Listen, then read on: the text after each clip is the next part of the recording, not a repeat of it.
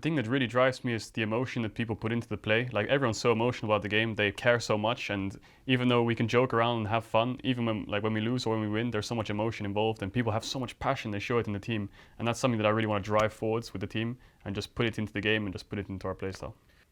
I think relationships inside and outside the game are really, really important. I think the love for the game and the friendships are what makes the game enjoyable, and when you enjoy something, you put more effort in, and if you put more effort, you have more success. So. All right, welcome back to the LEC studio. Stakes are high for Caedrel and LEC Esports as they look to climb their way up to the top 4. We're gonna see if they can do it for the win against SK Gaming. It's time, folks. It's time for pick and ban. Enough of that wholesome Caedrel interview. Instead, let's get into some good old-fashioned League of Legends. Yeah, let's see some games here.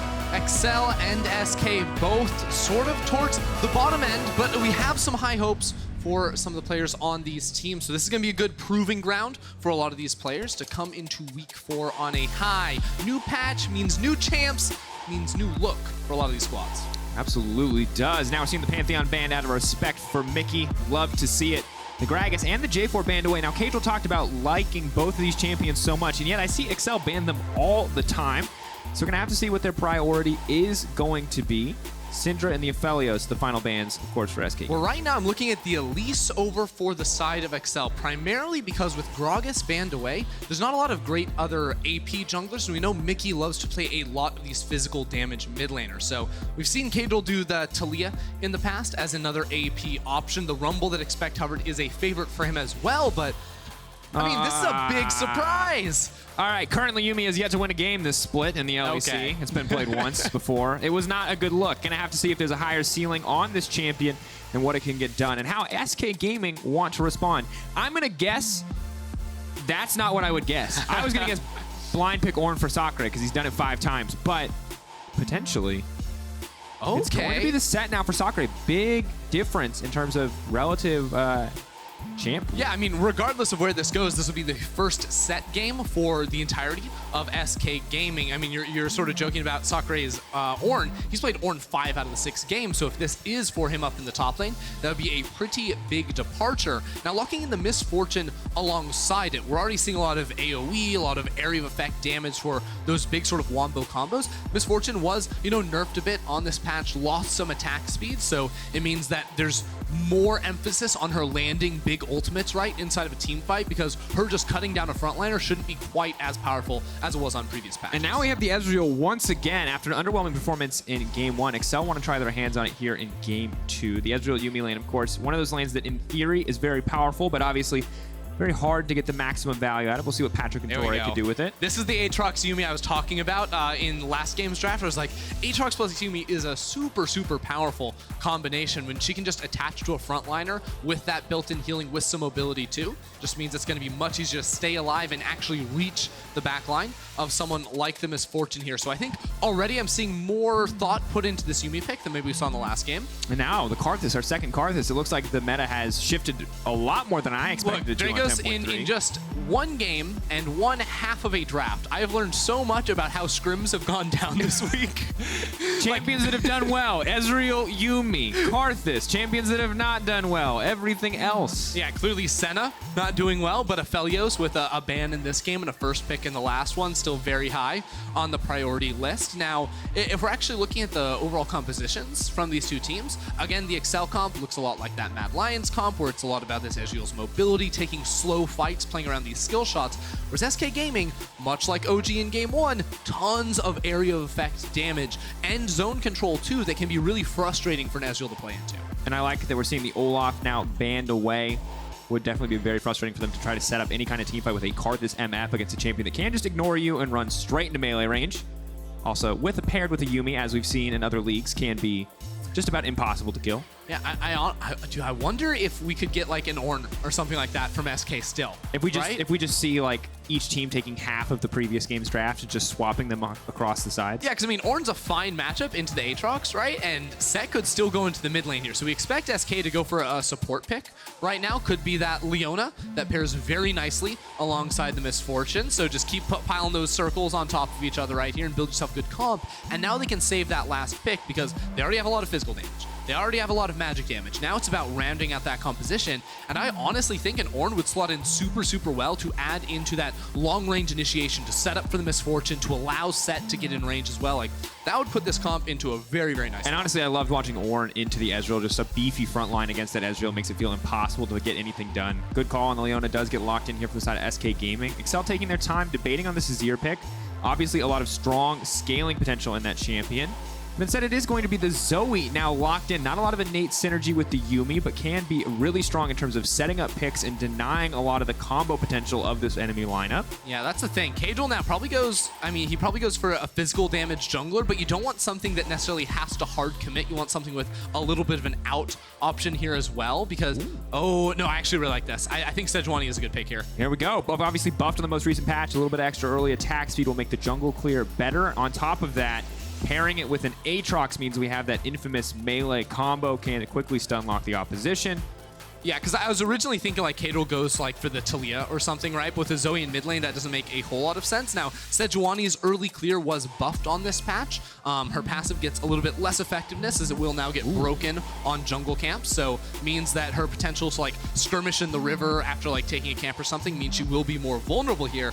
But this is spicy, Drakos. These are two very cocktail compositions. I'm not going to lie to you. Now, I get the vision on the side of Excel. You got Ezreal, who's pretty strong relatively early. You've got some good mid-game potential on the side of SK. We got a little bit of wombo combo, a little bit of global threat. We got a nice bit to add to that in the bottom lane. Then there's a Kassadin. He's there. He's chilling. He's obviously late game scaling. He's obviously impossible to get away from. He's going to devour that Zoe as we get later in the game.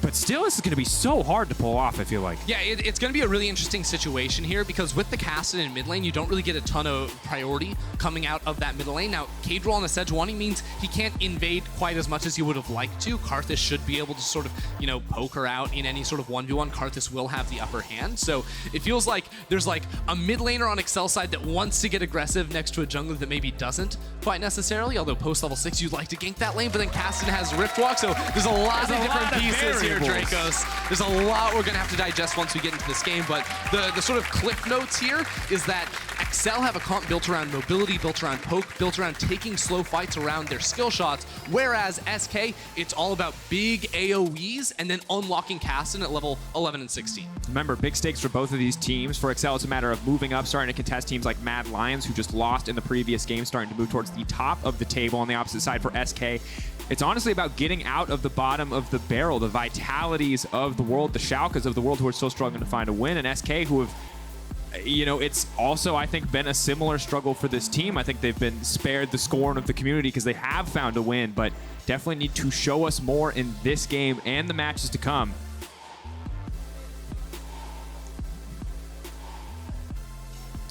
So all these mid-tier teams need to start picking up wins against each other. Always love to see the Excel fans in the crowd. Oh, that all was right. like... XL Esports, la la la la. Also, I dance said on you it. love to see him in the crowd, and then he like dabs like 8 times in my face. Like, I don't know. Say the thing when we put the camera on you. Say the 2019. thing. Wow. Oh my god. Too pretentious for your own good. A bit of a delay getting into game. Now we get a slow pan in on the face of Youngbuck. Smile. Smile. There you go. Okay. League officials are investigating the server issues. We're investigating Youngbuck's face.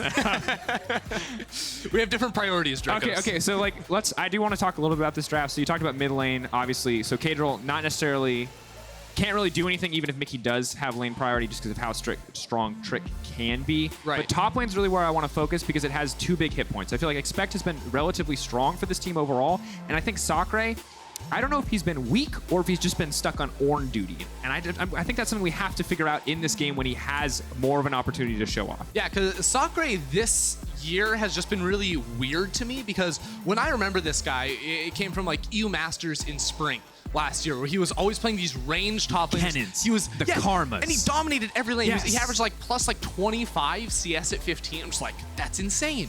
And now he's on tank duty, so it's not that same style that he found so much success on in the past. It's clearly trying to play more for the team here, and now that he's being allowed to go towards the Sett, he has a little bit more individual agency. But this is also a lane where you brought up Caedrel earlier. I think Caedrel on the Sejuani, top lane's almost his best bet to look for these types of plays when you have a Sejuani next to a melee champion to sort of accelerate that season. Well, the setup's just so easy. for those two champions. Both have a decent amount of CC that they can pack on their own. Obviously, combined, the synergy is very much real. Additionally, the bottom lane is going to be interesting to me because I hate Ezreal Yuumi. Now, that's old. Those are my old grudges showing through, just because last time they were in meta, it was, compared to the Kaisas and the Xayahs of the world, just not a very exciting lane to watch, if I'm honest. But I'm curious to see what it looks like here, especially against a SK lineup that does not have a traditional hard tank. Now, Sett will be relatively tanky, but also Ezreal is his worst nightmare. With a Frozen Fist, he actually just cannot get near this duo. Yeah, it's going to be really hard for Sett to sort of come around and get into these fights, as you mentioned. I think that's where almost this Kassadin comes into play for SK. So while Sacre is going to be pretty much relegated to punching the faces of Sejuani and Aatrox in these fights, that's where Kassadin wants to come in around on a flank, use his mobility over walls to find the backline of Patrik and Mickey and get in their faces. And if you can get them to like blow an arcane shift, all of a sudden now it becomes so much easier for Limit to throw down his own CC and try to actually lock this guy down. Yeah, and we saw in the previous game what a Leona can really do to the likes of an Ezreal or a LeBlanc. You know, obviously not always the most reliable, but connecting that Zenith Blade when you have the damage follow-up like an MF, like a Kassadin, should still be a death sentence despite all the escape tools that Ezreal has. I think the biggest difference here between SK's and Origin's comp, though, is the amount of like reliable engaged CC. Because yes, they have the Leona, but they don't have the GP ult around it. They don't have the Ornn ultimate around it either. So if Patrik just dodges the Zenith Blade or Torre on this Yuumi picks up a Mikhail's Crucible, all of a sudden, Ezreal should be pretty free in fights outside of that Kassadin that's going to be seeking for him. And that's really where, in these late games, like if we're talking like level 16, like 4 or 5 items on pretty much everyone, it's going to be a battle, I think, between Jenax and Patrik to see who can stay alive. Absolutely has to be. Because I think the thing about Mickey is that he's so happy not to see a GP on the enemy side because Zoe has like basically fake mobility, right? Like if you throw a GP ult on one side of the portal jump, she's getting hit by the GP ult. And look, if you flash on top of her, she has mobility now. So yeah.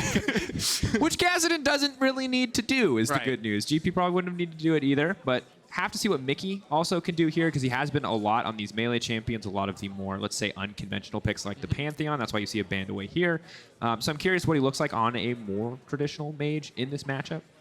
Yeah, and Zoe's not a super easy champion to play into a lot of these picks on SK's side either.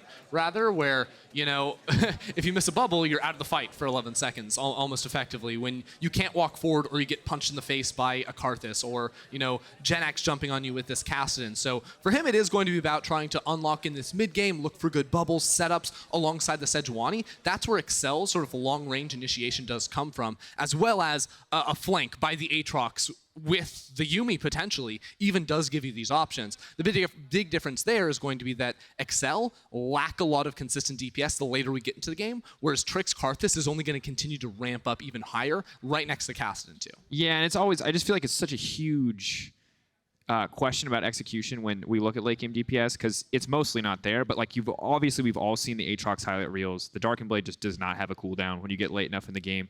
So outside of that perfect dream scenario, but I'm wondering if XL are the kind of team that can find that fantastic Aatrox setup. However, as we get ready, as we're remaking the lobbies, there's a few more issues that we have to get sorted out. We are going to send it back to the analyst desk before we take it back into game 2.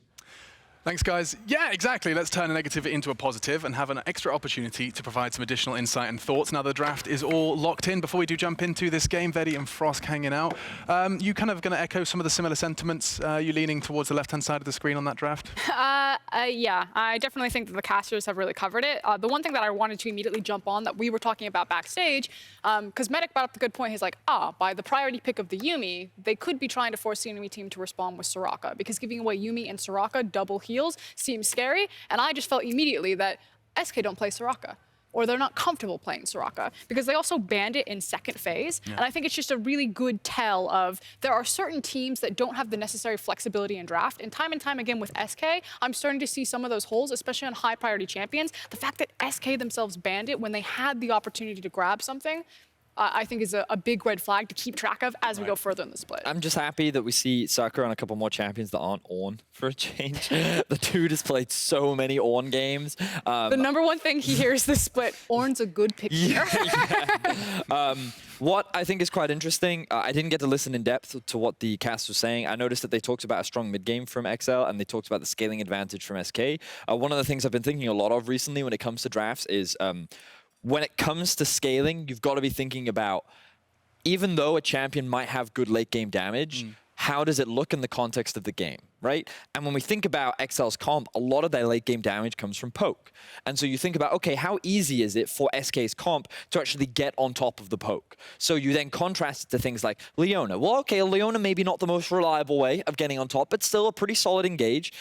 Kassadin, on the other hand, is one of the best ways to dive on top. And I think that was the champion that came out last pick, and why I'm a big fan of it. Because not only does Kassadin have the strongest, or one of the strongest dueling powers in the late game in a side lane, but his wave clear can get ridiculous when he's stacking up his ultimate, and he has that level 16. But also, it's very easy for him to just out DPS these poke champions because they can't keep their distance against him. At level 16, that ultimate is on like a 2-second cooldown, and he can just keep diving on top of you. And when you have someone like a Karthus that can just facilitate by providing that ultimate, getting that extra damage down, it means that in a side lane, I think XL is going to really struggle to stop SK in the late game of dealing with this Kassadin pick. And as a small caveat to that, it's always the assumption that Kassadin is basically not a champion until he gets access to those higher points into ultimate, which just isn't true. Yeah. He actually has a lot of decent or okay matchups in the mid lane. Kassadin is not worthless before level 6. He actually has decent trade patterns there, so it is something to take into account that he can be a factor before level 16. It certainly can. Keep your eye on Karthus early. If you've just joined us and are wondering, Caster, please stop talk, show game. You don't panic. We can, and we will. The league officials are remaking the draft exactly as it just was, and we'll be jumping into it once it's concluded. So XLSK is just moments away. No Why gotta do Twitch chat dirty like that? The amount of tweets I get on a daily basis, like, why don't they just start the game? Analyst, stop talk. I'm like, do you understand how this world works? So you put that on your resume, you're like, I'm fluent in English, German, and Twitch chat. Oh, yeah, yeah. You just say, like, Pog and Kappa, and they all think you're cool. That's pretty much it. Well, you're already hitting it off with the Twitch chat. I'm hanging out with you guys, I get it. Yeah. But I'm going to bring us back to the draft. Yes, please do. Nice-hearted man. Yeah, I'm just going to hard pivot right back into the draft. Full 180. Because I want to talk about the XL draft and talk about something that I think many fans have been hearing a lot about when it comes to, like, what is a good draft, right? And I'm one of those people that doesn't really like to say X or Y won the draft. I prefer to look at the options. And normally when people look at who won or lost a draft, it largely comes down to ease of execution. Now, the thing about XL is it's very easy for them to get priority in the mid lane, right? Kassadin, while he's not a completely useless champion in the early game, he doesn't have good push at all. And Zoe has one of the best pushes in the early game out of anyone. Now, admittedly, when you look across the board, you can see Crownshot and Limit playing the Misfortune and Leona should give them prio in this lane, give them a strong 2 versus 2.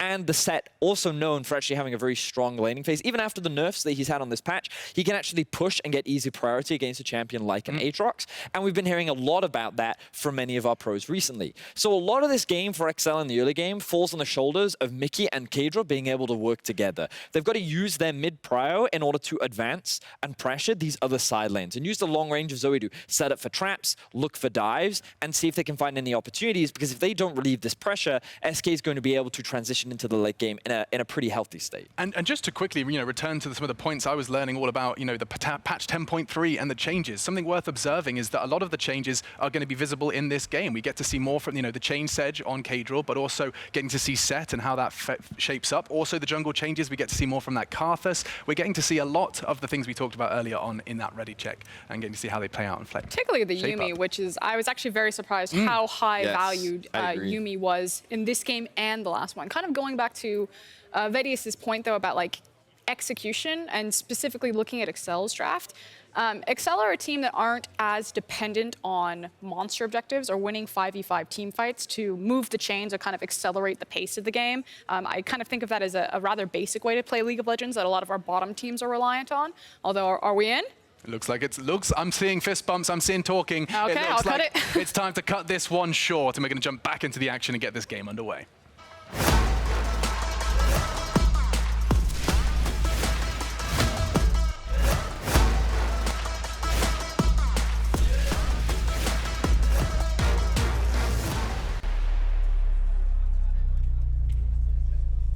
Here we go, the moment you've been waiting for exactly how long it took us to get into the game. I'm not sure exactly how much time that was. It is XL versus SK, 3-3 to the 2-4.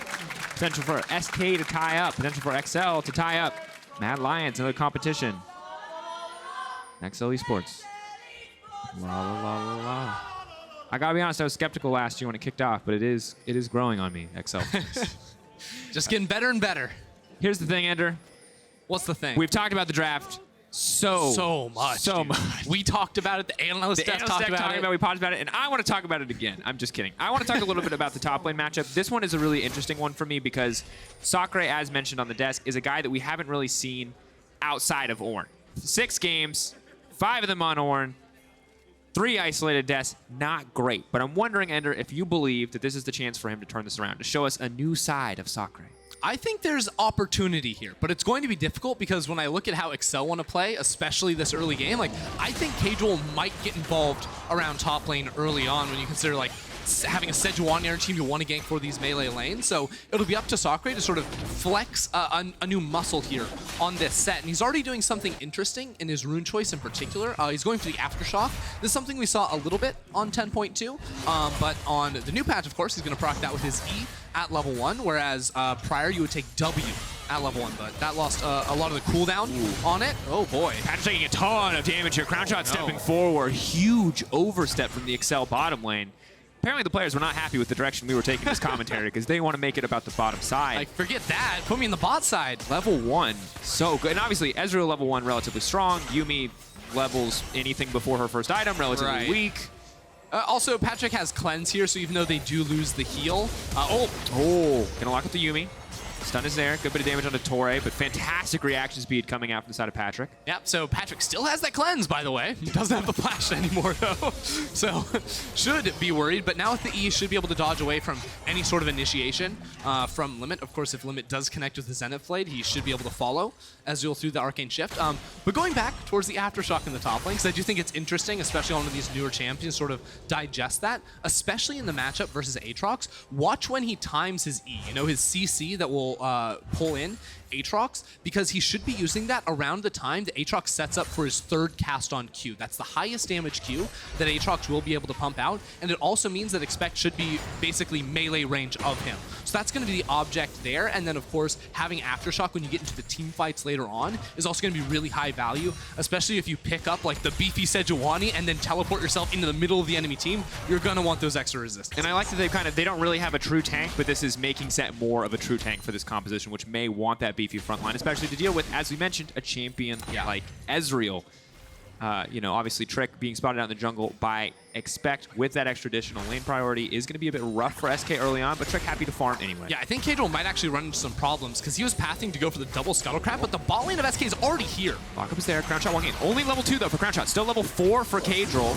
Heal is going to come down. That's a sleepy Leona. Limit now going to be in trouble. Jenax getting control to finish this one off. They're going to chase him down though. If Jenax gets a kill here, it'll get the Kassadin snowball rolling. For now though, SK falling woefully far behind, and Torre's there just in the nick of the time. Is it going to be enough? The Ezreal on the way, and Caedrel going down. Jenax getting the kill, but Crownshot's just next on the menu. And Mickey's above them. This is an absolute disaster. XL coming out on top, but another kill. This time going over to the Karthus. Jenax trying to fight back, running for his life, using that magic damage shield. Trick just waiting over wall. If they walk into the skills, they might just die. Mickey now going forward. One more force pulse, maybe a bit more damage. Are they in trouble? They're gonna get another kill. This is a disaster.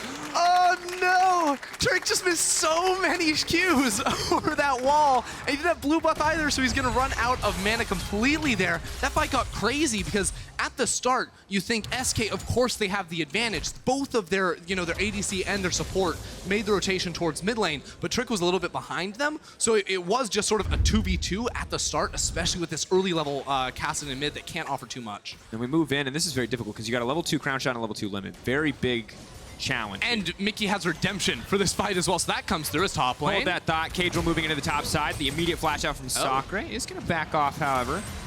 Can we see that replay again? That was pretty sweet. Regardless. Well, I think what you missed was the following portion of the replay, which was Here we go. Unmitigated disaster for both. I'm gonna say for both sides, this was an incredibly messy fight. Yeah, so Caedrel actually ticked over to level 4 due to minions going down in the mid lane. Then, of course, gets the heal and all the CC down onto Limit. So he drops pretty much immediately, and now SK are like, oh, we're fine. but Caedrel gets away. And now Tori, who's roaming up, is able to give the speed up towards Caedrel, so Jenax and Crownshot both have to run towards Patrik. Meanwhile, Trick tried to walk into the Dragon Pit, but now he's zoned. Like, all he can do is offer Qs over the wall because he doesn't have a flash, and Mickey, of course, coming down from the top, can offer so much. Mickey picking up, I think, 2 or 3 flashes during this entire exchange, and they're playing it very well, where they're just standing outside of the Q range, and of course they can see Trick over the wall with that ward too, so like, it was just really nicely done from Excel, but also like, so many of those Qs go wide from Trick. It was unfortunate. Okay, someone gift that. The side-eye coming in from Crownshot there. He's not happy. We might suspect that that might have been Jenax's call. We're seeing a bit more action on the top side of the map as well. And look, there's so many things I want to talk about, but just can we update game state real quick? Excel have a small lead. Tell me. What does this actually mean? Because we have Kassadin getting a Catalyst a bit ahead of schedule is the biggest thing that I see. Caedrel is fine. He's got a Bomby Cinder. It doesn't feel like this is too impactful because it was such an even trade overall, but what does this actually mean, that early Well, fight? it is sort of a big deal here because Excel's comp is built, I think, around especially like 1 to 2 items. That's where they have a clear advantage over SK, who need time to ramp up with the Karthus and the Misfortune, some items on those. Kassadin, of course, as well. So Excel, even just getting a slight lead here, is going to be very, very impactful, especially when flashes go down and Sejuani is going to be 6 soon as well. It gives you gank opportunities, of course. Bot lane, just some good poke here on a Good Patrik. damage. Clean double up comes in from Crownshot, but they don't really have any follow-up here. Yeah. You can't fully commit. It's nigh impossible to actually kill the Ezreal in this lane with the Yuumi to back him up. Yeah, and if you're just sort of like looking at the gold between all these lanes, it's not like there's a huge advantage anywhere for these two sides. There's just a couple hundred gold for Excel in each lane. It's Trick making up a lot of that gold in the jungle, of course. On this Karthus, you're going to be able to power farm, so that's the trade-off that SK are making. As I see, Mickey just picked up a second redemption in the mid lane there too, so it feels really fun to beat Jenax in this. RNG always a wonderful, wonderful portion of the game. Yeah, but basically all Excel have to do is sort of get through the rest of this laning phase, I think, which shouldn't be much of an issue because there's not a lot of playmaking opportunities from SK, and then look to sort of unlock with your sort of 4-man here. I think Zoe plus Ezreal plus Yuumi next to each other is going to be really good at finding picks inside of the enemy jungle and just chasing people down. One thing I do want to acknowledge, though, is how carefully SK are playing around the top side of the map. When we saw the Aatrox and the Sejuani on the same team, we thought this game would be all about top side. And it makes sense when you look at Caedrel's top lane jungle proximity. 13, highest in the league, spends a decent chunk of his time around the top side of the map. However, because of that skirmish, because of that fight, it doesn't feel like he's gotten a lot of chances. He's shown his face there 1 time so far in the game, but hasn't really had the impact, I think, that they were hoping to find with the Sejuani-Aatrox combo. Yeah, and I feel like you've almost sort of missed the point where you can gank that lane. It's a Sett, so he already has a lot of survivability. He has Aftershock as well, and there's Karthus on the enemy team too. So that can always turn around these types of fights where you can't immediately get the kill. Also notice that Sacre smartly went for the Bramble Vest first item here, which is going to be really effective against Aatrox. If he's trying to weave in auto attacks in any of his trades, he's going to have his healing reduced significantly. And now Limit constantly on the roam here, looking for a play in top side. Set up, the ulti coming in. Pushing Expect away from the fight, though. What? Did he want to... I guess they're just trying to burn him down for a Karthus ultimate? Yuumi's in the area. Karthus ult coming out. The cat gonna remount. The heal coming out. That's gotta be disappointing for Trick. Cannot find the kill on his former teammate. Yep. Trick did not realize Tori was in the area on the roam himself, because that's another factor in this game is whenever you have a Yuumi on the map, she's not really great at roaming, you know, on her own. She really needs to pair up with a jungler like you see from Tori now as they start up the Herald. So Limit often trying to find these rotations, and that's 2 times in a row now that they haven't quite panned out. 4 members from both teams committed to this. Immediately we see running over, though, is the Sett. Sacre coming back to this play. Oh no. That's only going to be a lot of damage. Ooh, huge damage on the Limit. Now the extra resistances are keeping him alive for now. Body block comes in from Trick, but definitely not what they wanted. Bullet time goes in. Caedrel going to find the kill, and SK going to walk away empty-handed. Yeah, SK really wanted to force a round there, but get hit by the bubble over the wall and punish so dramatically. Mickey on point with those so far. Only 4 assists to his name, but racking up. Already you can see how Excel, when they group up with these 4 players, have a lot of power. They can find fights just playing off of skill shots. They never really have to commit too much because they have all these range CCs, the slows in order to find you out. And that's just going to mean that SK have to be really on top of things when they're walking around. They need vision over walls, or they will get hit by bubbles. They need to be immediate on their engages, or they will be whittled down over time. And as you look back at this play, you can see confidence to engage here, but ultimately what this is really about is just limit overstaying, and playing against a Zoe is such a nightmare because we've experienced in solo queue. If you stand near a wall against a Zoe and you don't know where she is, you're probably dead. Yeah, it feels real unfortunate there from Limit to not have any vision over that wall. And you can even see SK, they were moving Sacre over towards that side of the map because he didn't have TP and Expect did. So it was very clear that team wanted to make a play around Herald. But you have to be very cautious, and these are the mistakes that will cost SK advantages, especially in this mid game where they're already going to be exploitable. Yeah, but the thing we have to remember is that the Karthus and the Kassadin, to a certain degree, are a ticking time bomb. Now, admittedly, there's a lot of time left on that one. But it is level 8 Trick to level 7 Caedrel, so decent lead built up by the Karthus thus far. And that early skirmish wall, it may not have amounted to too much, did mean that Jenax got to level 6 that much more comfortably and is not suffering from some of the lane deficits we might normally see a Kassadin have to deal with. And one of the things we're going to look for, 20 minutes down the line is just like, can Excel match Jenax in the side? Look, I mean, if you're trying to make, give me 3 games from now. Yeah, I mean, you're right. 20 3 minutes. games from now, Excel or SK is still not going to have a level 18 card. Rumor has it they're still scaling to this day. But Jenax, you already see him in a side lane. This is where he wants to be with the teleport. When he hits level 16, I don't think anyone can match him on the side of Excel. Mickey surely can't. Expect for a while can, especially if he has, more gold than Jenax should have favorable itemization, a lot of healing. But post 2 items, I think the Aatrox is going to start falling off relative to this Kassadin. It's just going to continue to ramp up as he gets a Rabadon, an extra AP scaling when he finishes off a Lichbane as well. All these items give him some of the best late game DPS one-on-one in the game. Dive setups there for Sacre. He's going to dunk him right back into the team, and the ML pulled out coming out. No chance! Knocked out, but it is the top lane tower being knocked down by the side of XL in trade for a few plates off the bottom side and the life of Expect. And the Infernal Drake too, so SK gonna get some decent value out of this play, especially with a lot of damage dealers on their side, even though the actual buff from Infernal is not as glorious as it was in past years. That's a trade they are going to be comfortable taking in a game like this. Now, of course, they're going to be on an Ocean Rift. Will be important for for a lot of champions on both sides of the map. Obviously, a lot of spamming for both these teams. Ocean Soul, one of the most powerful. My worst one to play against, I would definitely say. So, see who can actually get that. I imagine it'll mostly just be the arena for both these lineups, but I think an opportunity for both sides to reset. Now, important as we look at the itemization to note a few things. Obviously, huge CS discrepancy in the bottom lane built up by Patrik. Well done by him, and additionally, starting to come into that Ezreal power spike.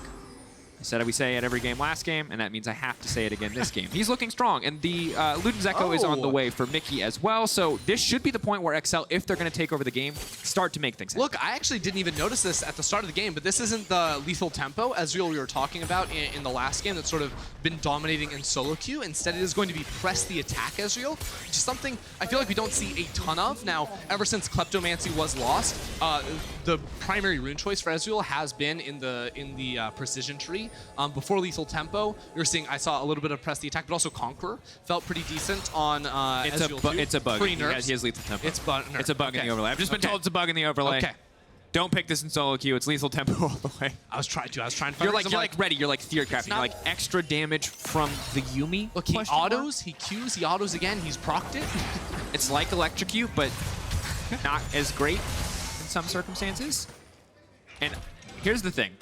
The other question that we asked Ender is, like, what is Sacre going to do in this game? What is Sacre going to look like? And he's actually laying the smackdown. Unexpected, this 1v1 lane. Expect has just been forced out of lane. He may have to TP back. But now we see an engage coming against Caedrel. I think he's very much overstayed as well. TP behind from Jack. That's a double TP. Now moving in, looking to get the fight kicked off. Patrik is going to need to find a way out of this one. Leona misses. Definitely not what they wanted, but he gets suplex back into the team. Goodbye to Patrik. Woo! I'm sorry, every time I see that ult, I just have to pop off. It is so cool. And SK just turned this game on its head, and the gold is now tied up, and everything is looking good for this lineup. Yeah, that's the snap decision-making I was waiting to see from SK. Do not play the battle of attrition against XL's comp. Just go for the big moves, and they're able to pull it off right there. Not even giving, like, Patrik, he has flash, he has cleanse, but there's no way to escape from the flank suplex, as you call it there, from Sacre's Sett. Mickey did pick up a TP in that play, so... Oh no. Showstopper. Yeah, I have to respect Jenax, too. Ender, I went from very confident and excel at one item to very concerned for them for the rest of this game. I mean, it's all in the setup, right? They go super deep up here towards the top side. Weren't expecting Trick to be around this side of the map, so they say, okay, we're going to have to call off the dive here. But now the double TP comes in immediately, and it really is just Patrik and Tori here by themselves. There's nowhere for them to go. Patrik tries to dodge away from the Zenith Blade, but Excel very clearly call that play off. And Tori's just crawling away from the body of his dead ADC like, Caedrel, come back! And if you watch the Ezreal very closely, you can see it looks like he tries to start the Arcane Shift animation, and it just is not fast enough. Yeah. Immediately gets suppressed, dunked back. And now SK are feeling fine, feeling very much in control of this game. And this is where you have to be really scared, because the pick potential with the Kassadin, with the Leona, is very, very real. Patrik additionally looks like he's opting for the Trinity Force, so while he will do a lot more damage, it's going to be a lot harder for him to get away from a lot of these champs. You're going to get the cleanse out of him quite easily. Yeah, that's the big initiation we need to see. So now that the cleanse is gone, can Delimit find that in about a minute or so when that ultimate does return? Will be the question, because otherwise you just get chased down like this. And something we were talking about earlier too is like, how do SK actually find a fight into Excel? Because we saw that play down bot side and it worked really, really well for them. But this is a slippery T from Excel. They have a lot of CC to their name as well. So it has to be those solid plays or you just get killed. That's going to be the follow-up, the lockdown, and knocked out. That is the non-committal CC, the poke potential of this XL lineup. It's definitely not a poke comp, but it's certainly got more than its fair share of poke. Yeah, I mean, it definitely can turn into that, and especially around sieges, like when people are like bundled up underneath the tower, you're just absolutely gonna wreck. But the reason why I don't really like identifying comps as poke comps is because it implies that's all they can really do. Well, and it's just not, poking is not really a win condition. Yeah, it's, I mean, on an ocean map too, where you can pick up honey fruits all over the map, but this is one where it's just a snipe comp. It's a snipe comp, because you snipe him with all your abilities from super far away, and then he's like, I'm asleep, wake up, please. No, you're dead. Wow, that was so concise, so accurate. Wake up, please. Wake up. I mean, that's all Limit can hope for is like, Yeah, ooh, brutal. Expecting to finish the Black Cleaver, but sadly, right as Trick is already finished. 2-0-2 now for the Karthus. Level 11. Double flat pen items completed. We'll have to see what the third item is going to be now. And they're going to shred through this Ocean Drake. SK are feeling, once again, quite comfortable. I'm impressed. I thought it'd be difficult to match Excel in the early game after what we've seen from them in the past weeks, but this SK does seem to be quite confident in what looked at first to be a somewhat questionable composition. Yeah, I mean, when you look at like gold, right, Excel still have a lead, but in terms of levels, SK have a really big advantage. 1 level top lane, 2 levels in the jungle. Jenax was 12 before Mickey hit 12 too, so like the levels they're waiting on are just coming sooner and sooner and sooner as Trick unlocks that massive Requiem and items start to come on through behind them too. So again, this is the period of time in the next 10 minutes where I feel that Excel do need to take control over this game. That means, you know, getting vision inside the enemy jungle, threatening a Baron start once that becomes a reality too, and maybe even using, right, they have a Rift Herald. You know, force SK to group up under a tower and then snipe them out with all their abilities again. Like, we already saw them pull that off. That setup should be easy, especially if they can get a bit of proactive vision control in the enemy jungle. For now, it's just a ward over the Raptor wall. They do have mid lane priority though. Mickey gonna use that Stolen Ghost just to threaten a little bit more. Yeah, Excel need to group up as 5 here with the Herald too, because their comp is really bad about spreading out to all 3 lanes, right? Like, neither Ezreal or Zoe want to be in a side lane.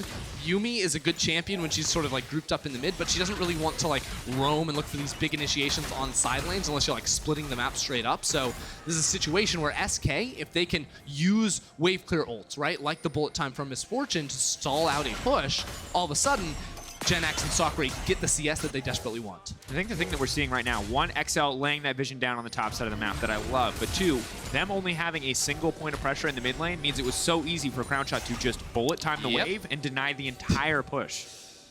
So now Excel are like, okay, it's ocean map. We have bigger bushes. That means we should be able to step forward further and look for picks. SK obviously going to have a lot of trouble getting vision inside the river, but hey, we're still 30 seconds away from Baron spawning. And once Baron does spawn, it'll be a while, I think, before Excel feels super comfortable to just start that one up. They don't have a ton of damage. And there's no attack speed on the MF. She'll do a decent amount of damage. You have a Karthus to shred through it on the side of SK, but it's Ezreal, Excel that really struggles. Yeah, well, no, I'm just saying, like, even SK aren't exactly shredding through it at this point in the game. Maybe another item.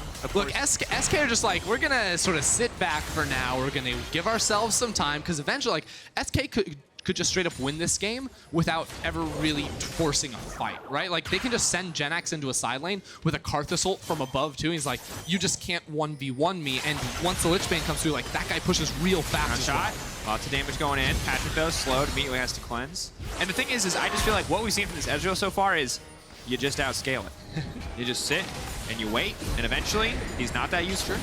Again, the thing is, though, very hard to lock him down. We just saw Limit try that. Oh, ulti gonna miss.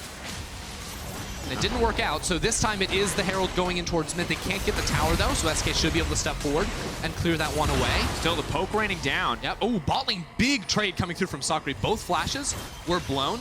No ultimate from Trick, though. I don't think Expect was quite in range to have lethal on that one. Oh, man. CP Kassadin and force back. Excel holding on a mid lane priority for now.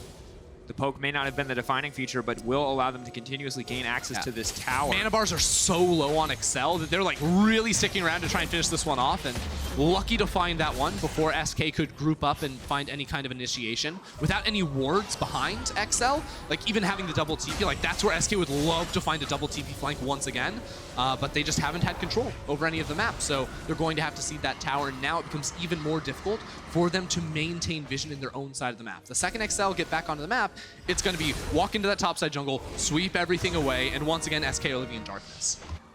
Difficult place to play from. We talked about it already. The Zoe just makes it that much more of a nightmare, because you never know what bush is just instantly going to get you killed. But now, Jenax getting shadowed, of course, by the Leona, just making sure that he is safe here. And take a look at that bottom side play again. Very aggressive. Yeah, that's the Trinity Force completion there from Sacre too. Yeah, and at this point, Black Cleaver coming out from the side of Expect. Cooldown reduction, nice to have. They're going to chase down Jenax, but I'm not sure about this one. Trick has to be careful, though, because Trick is really the one who's actually vulnerable here. Caedrel dashing forward, baiting, trying to think that they're going to throw the ult. Trick the one getting caught out in the end. The shutdown goes there, and Excel now just want to back off, get away from that Karthus corpse, and it's Trick who overstays. Yeah, and move towards the Baron now as well. You know, we're only 22 minutes of the game, but the jungler from SK is down. Doesn't seem like Excel are feeling that confident, though. Instead, it's turning this into a top lane siege, but at the same time, mid lane's getting pushed through as well. So while this will be a tower for tower trade, more than likely, what this means is that SK got the more valuable tower. Mid lane going to open things up and mean that Excel don't have quite that same level of safety when it comes to setting up mid lane pushes, but they're able to stop it. But now here comes the Aatrox Yuumi. Oh no, it's the whole flank too, because Caedrel and Mickey are coming around all the way for this loop. Sacre is going to be in trouble here. No real way to dash out of this one. Limits debating about when they go in. Crownshot here with big damage, something that they definitely have to respect. For now, Sacre is running. Mickey now coming in. Haymaker going over. Leona in the midst of the entire team. Crownshot waiting over the wall, debating when is the ult? When is it going to come out? The rest of SK flashing away. Jenax on the backside. He's come back. Oh! Now they're going to be in trouble. Lots of damage coming in from that Kassadin. Crownshot just got nuked right there. So SK able to get out with all 5 members, but they're poked out. Limit had to use his flash too. So it will be the Drake going into the hands of Excel. And SK just going to be comfortable with that. They say we give up we give up the Drake, but we keep our members alive, and now XL can't force it. But at a certain point, end of the story has to be something other than giving up, because you see topside vision completely in control of XL. SK don't really have any stake on the map right now. Yeah, the thing is, like, yes, they have lost control, and that makes it very difficult for them to like play forward in this game, especially if XL try to do something proactive around the Baron. But if the game slows down, SK are fine. They're down 2,500 gold right now for this type of composition. Like, they don't care. They're almost at a point where they're winning, because now Jenax, he has the fully stacked Rod of Ages. He has the Lich Bane. He's 2 levels away from that level 16 when his ultimate is like half a second cooldown. It's just absolutely insane. So once that hits, like, he can just continue to roll into a side lane and say, come at me. And XL are going to reach a point where they don't have anyone that can match him. And that point is probably already now, if I'm being honest. I don't think Expect can win an extended fight against Kassadin. No. Probably not. What do you call it, going to be denied there? Clear the ward. That's just a ward. Okay, he figured out why they were able to see him. It's like, this guy's hacking. Crownshot's on the case. He has solved the case. Ooh, do they start at Baron now? So they know Crownshot wanted to reset. They're just going to start at Baron. There's a double TP, though. They could look to contest. They're not going to lose much health moving in for this one. The Yuumi will keep them all topped off, but they have to be careful. Kassadin, of course, has been spotted out. They're going to pull back. They're just looking for picks, just trying to bait SK in. So I like that gambit there from XL. They were trying to, like, they were peacocking around that Baron, right? They're just like showing it. They didn't actually want to go for that Baron. They were really trying to draw a teleport out from a Sacre or a Jenax.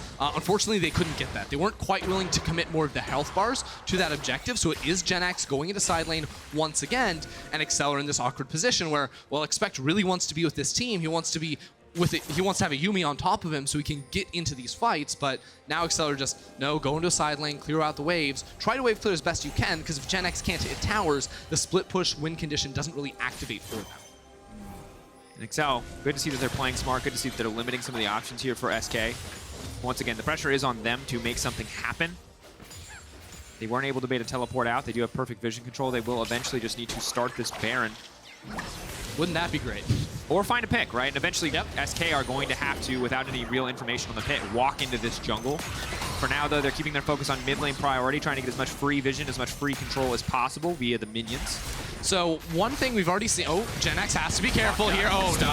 He's going to try to make it out to safety. Good bit of shielding comes out there. The Null Sphere, but won't be able to get anything else. Well, all the threat goes away now, because that's like one of the big engage tools. Of course, don't walk into the Fog of War unless you can see the majority of the enemy team on the map, so don't get picked that way. But XL shouldn't be able to start up this Baron. And a brief window of opportunity here. Sacre is pushing out on the bottom side. That's why you see expect cheating up into the mid lane. Can now set his sights on the Baron pit. It is getting pinged out by XL, but SK feeling pretty confident knowing those cooldowns are down to step in to start to contest some of this vision. They'll use the blue trinket. It won't sustain vision, but it will show them that the Baron has not been started. Yeah, that's the thing I wanted to bring up too, is right now you have 3 blue trinkets. Froskurinn, oh no. Got out again. Buys a bit more time, as much as he can with the stopwatch, but it simply will not be enough. Leona getting taken out. Trick has to be careful as well, but that is the 4th time Leona has gone down this game. Dude, Mickey just keeps finding Limit. Limit having a terrible time walking into the Fog of War. Of course, like, that is his role with this type of composition. Now it happens to Jenax. He's gonna step back. He has a lot more safety, of course, built into his kit, though. Stopwatch, too, working on the Zhonya's Hourglass as his 3rd item. But, like, this is a big problem for SK, especially now they don't have the person with all the wards. So they have 1 blue trinket available, and they have Trick, who can scout with his W inside of the pit. Jenax feeling just very confident to step forward. Caedrel's ult is off cooldown. In theory, they can just chain CC him down. He has the stopwatch. Gives himself a bit of space, a bit more cooldowns to work with, but closer and closer to the level 16, and it's not just a meme. Level 16 Kassadin it's not impossible to win a game, but it is definitely pretty close to. Yeah, and we've been talking about scaling a lot in this game, right? We say SK wins scaling. And I think like that's a pretty fair assessment to make when you have like this scaling jungler in the Karthus, the Kassadin mid lane as well. But that doesn't mean their team fight is easy to execute. That doesn't mean it's impossible for XL to win when we get way later on too, because as I said before we got into all the pauses at the start of the game, it is going to be Patrik in these fights that Jenax is trying to assassinate. We're at the point now where Patrik has a QSS and a cleanse, so Limit can't jump on him. That's the only real reliable engage tool. I mean, even if Sacre goes for a flank TP again, there's the QSS to break Patrik out of his ultimate. So it really will be up to Jenax in 5v5s to really put the punishment down onto Patrik. Kill him is the obvious best case scenario, but if you can force him to like arcane shift over the wrong wall where he's zoned out of the rest of the fight, that will also do the trick here for SK. I do feel like it's going to take a lot of confidence from SK, though, because their team fights are going to feel, I think, a little bit split. They don't really have the clearest front to back of a Kassadin on their team, and a Karthus who can't really afford to step forward against this enemy lineup. Mickey, though, once again, finding the sleepy trouble bubbles. It's like they're attracted to Limit. He has his own gravitational pull for sleepy trouble bubbles. Crownshot, though. Oh, I don't know if you needed that bit premature flash. on the flash. Okay. Like, it takes 3 waves to hit you. He'd been hit by 1. There was a second wave coming, so I think he definitely did not need to use that one right there. Now losing the cleanse as well, of course, means he's super, super vulnerable. If you get hit by a Sleepy Trouble Bubble, you are going to go down unless, you know, Limit or someone else is able to block it. I think it's just a constant kind of keeping your eyes on the Zoe, as well as Sejuani, just to see where the picks are going to come from, where XL can find advantages. Just for now, focus very much on maintaining control of the mid lane, pushing out the minion wave, laying down a bit of vision, pushing out the minion wave, backing off, getting a bit more farm left and right. And I'm falling asleep, Drakos. I know, it's very clear order to things. You lost me at push out mid lane the first time. Why?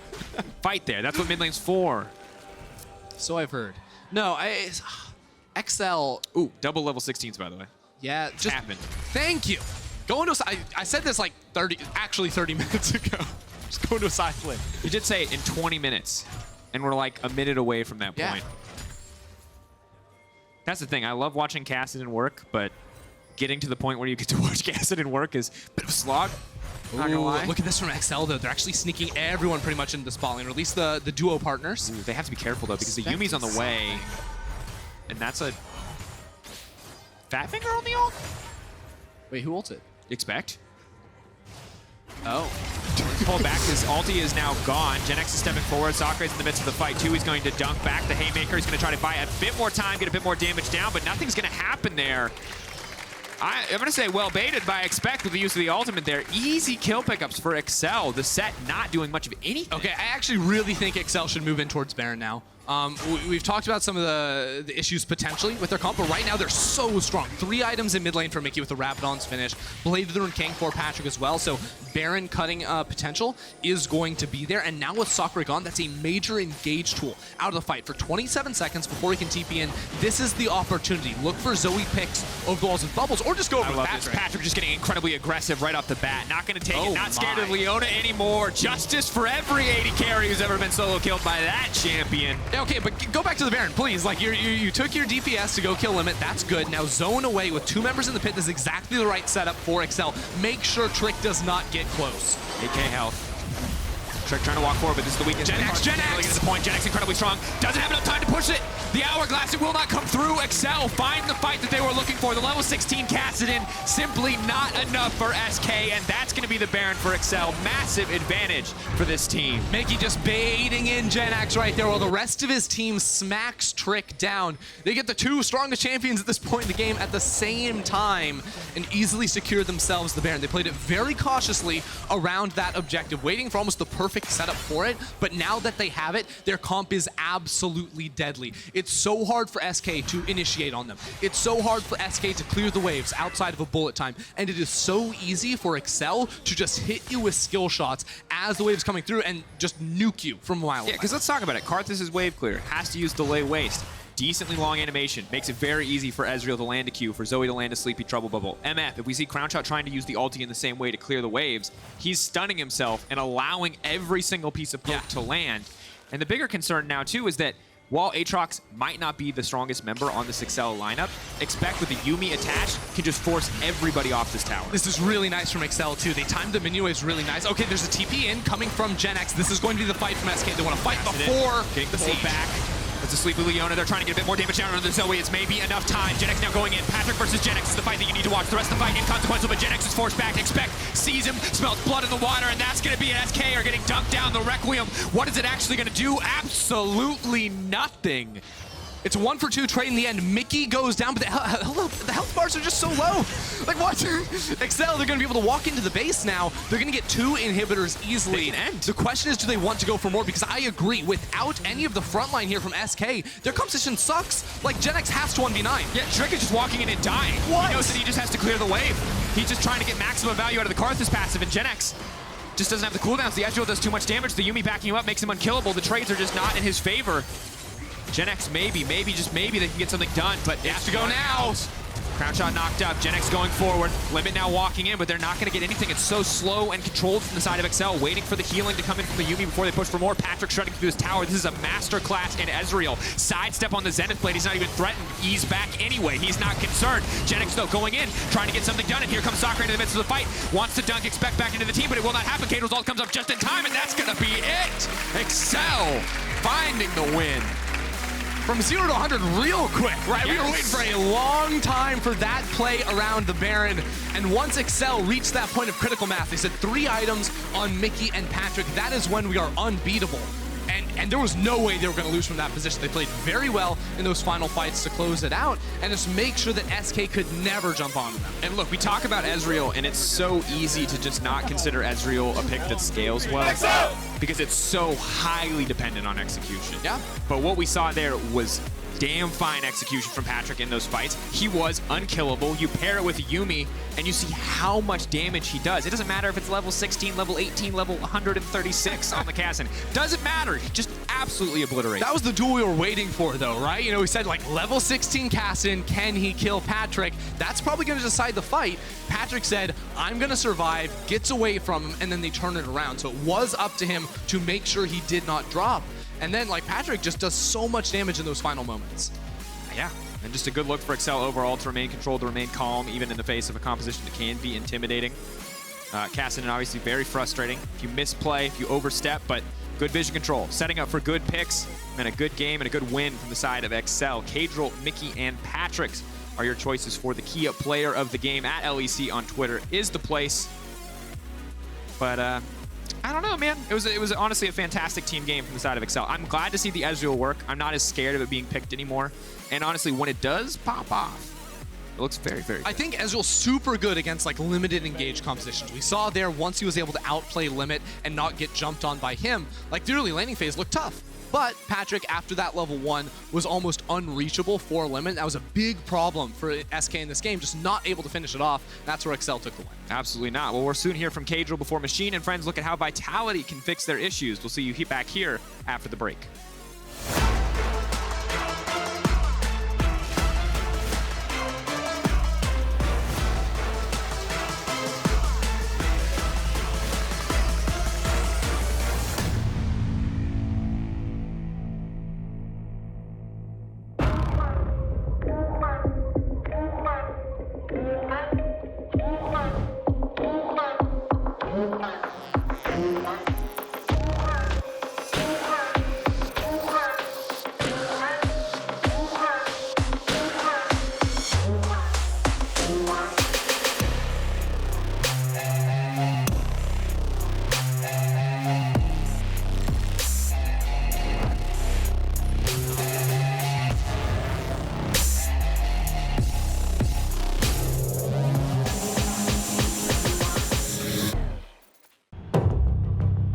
This is my creed.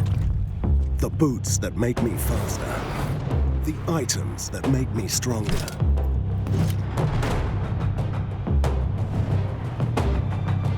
The potions that I drink.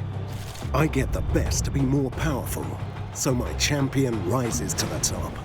But all this leveling up means nothing if I don't level up myself. It's the healthy potions I drink in real life that make me stronger. Because you can only rule the game when you realize you are your most important champion. To play like a pro, eat like a pro.